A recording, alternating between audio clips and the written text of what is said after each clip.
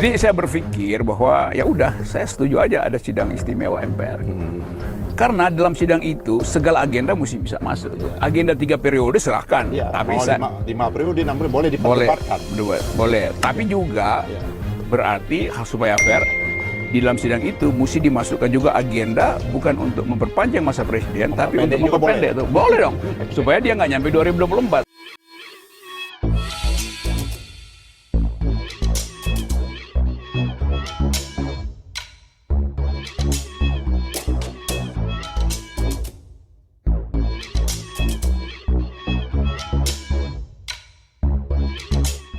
Tonton video ini sampai selesai agar Anda tidak gagal paham.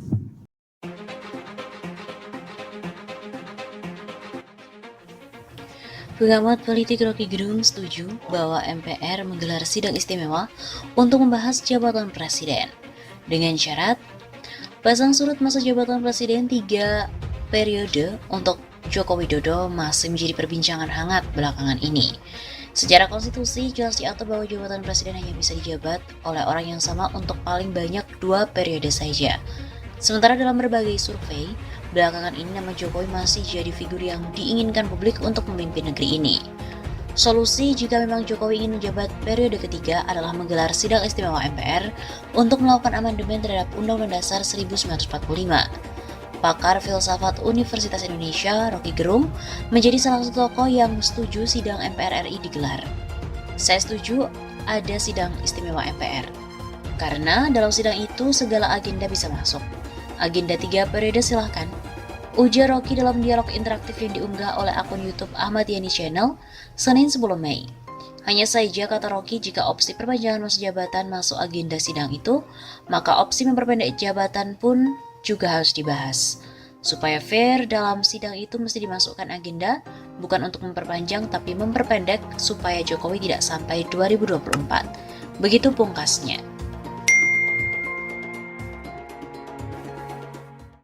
Kan mestinya Sri Mulyani yang mengontrol keuangan tahu bahwa presiden lakukan pemborosan. Ya, betul. Ya mestinya dia mengundurkan diri itu kan, atau tegur dong ke publik walaupun dengan cara yang tidak langsung, bahwa kehadiran presiden itu justru membebani anggaran dalam kondisi keuangan kita yang sangat parah seperti ini. Nah, tapi Sri Mulyani diam aja, itu pertanda bahwa dia juga udah bagian dari politik gorong-gorong kan. Itu pertanda bahwa ini kekuasaan ini betul-betul hanya mencuri perhatian. Seolah-olah besok udah pemilu, jadi presiden lagi bersiap untuk periode ketiga dengan kampanye mulai sekarang, mondar-mandir dari satu kerumunan ke kerumunan yang lain. Tapi ada yang lebih mendasar tadi apa yang dikemukakan oleh Prof. Rocky ya.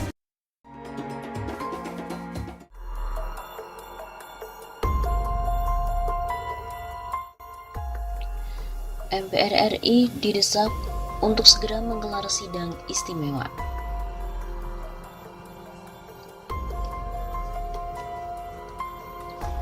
Kepada yang terhormat Ketua MPR Republik Indonesia Bapak Bambang Susatyo di Jakarta, dengan hormat Assalamualaikum warahmatullahi wabarakatuh. Berdasarkan surat kuasa dari Gerakan Kembali ke Undang-Undang Dasar 1945 asli yang ditandatangani oleh Ketua Fahri Lubis dan juga Sekjen Damai Hari Lubis, maka dengan ini saya selaku Ketua Umum Tim Pembela Ulama dan Aktivis atau TPUA bermaksud menyampaikan hal-hal yang mendasar dalam hal urgensi perlunya sidang istimewa MPR RI, yaitu yang satu, bahwa dalam Undang-Undang Dasar 1945 pasal 7A yang berbunyi Presiden dan atau Presiden dapat diberhentikan dalam masa jabatannya oleh Majelis Permusyawaratan Rakyat atas usulan dari Dewan Perwakilan Rakyat, baik apabila terbukti telah melakukan pelanggaran hukum berupa pengkhianatan terhadap negara, korupsi, penyuapan, tindak pidana berat lainnya atau perbuatan tercela, maupun apabila terbukti tidak lagi memenuhi syarat sebagai presiden dan atau wakil presiden. Bahwa dari ketentuan pasal 7A Undang-Undang Dasar 1945 tersebut, sangat jelas kewenangan MPR RI untuk dapat mengadakan sidang istimewa sehubungan dengan dugaan pelanggaran hukum dan juga perbuatan tercela dari Presiden RI Joko Widodo. Berhubungan dengan itu, fungsi DPR RI sebagaimana yang disyaratkan dalam undang-undang tersebut. Kita menyadari bawalah tidak berfungsi dari fungsi pengawasan DPR RI terhadap jalannya pemerintah. Oleh karena itu kami langsung sebagai rakyat yang tergabung dalam gerakan kembali ke Undang-Undang Dasar 45 asli tahun 1945 dan selaku pendampingan sebagai kuasa hukumnya dari mereka untuk menyampaikan aspirasi rakyat langsung ini. Adapun hal yang diduga pelanggaran hukum dan perbuatan tercela dari Presiden RI ke-7 Joko Widodo yaitu sebagai berikut. Pelanggaran terhadap Pasal 27 Ayat 1 Undang-Undang Dasar 1945 yang berbunyi, segala warga negara bersamaan kedudukannya di dalam hukum dan pemerintahan dan wajib menjunjung hukum dan pemerintahan itu dengan tidak ada kecualinya. Yang diduga pelanggaran hukumnya antara lain berlaku diskriminatif terhadap gerakan teroris dan juga separatis, yaitu gerakan bersenjata di Papua tidak pernah dianggap teroris dan dibasmi. Walaupun telah mengatakan kemerdekaan Papua, telah membunuh banyak rakyat, personil TNI dan Polri, telah mengibarkan bendera bintang kejuaranya di depan Istana Negara, bahkan telah ada presidennya.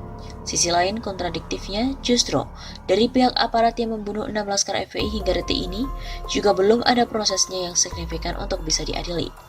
Sementara dugaan kepada gerakan yang dianggap teroris Islam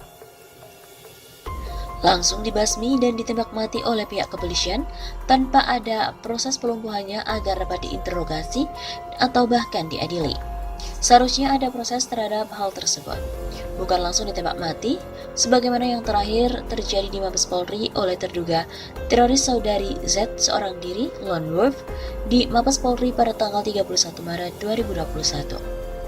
Perlakuan diskriminatif kepada HRS tentang dugaan pelanggaran prokes berupa kerumunan yang dituduhkan dan bahkan kini telah diadili kepada HRS dan juga pengikutnya dari mantan pengurus FPI yang terjadi pada anak Presiden Saudara Gibran waktu kampanye di Solo dan juga Bobi Nasution di Medan, Ahok dan Raffi Ahmad, juga perayaan Imlek di daerah PIK, juga James Riyadi di tempat waterboomnya di Cikarang, bahkan Jokowi sendiri di NTT yang membagikan bingkisan.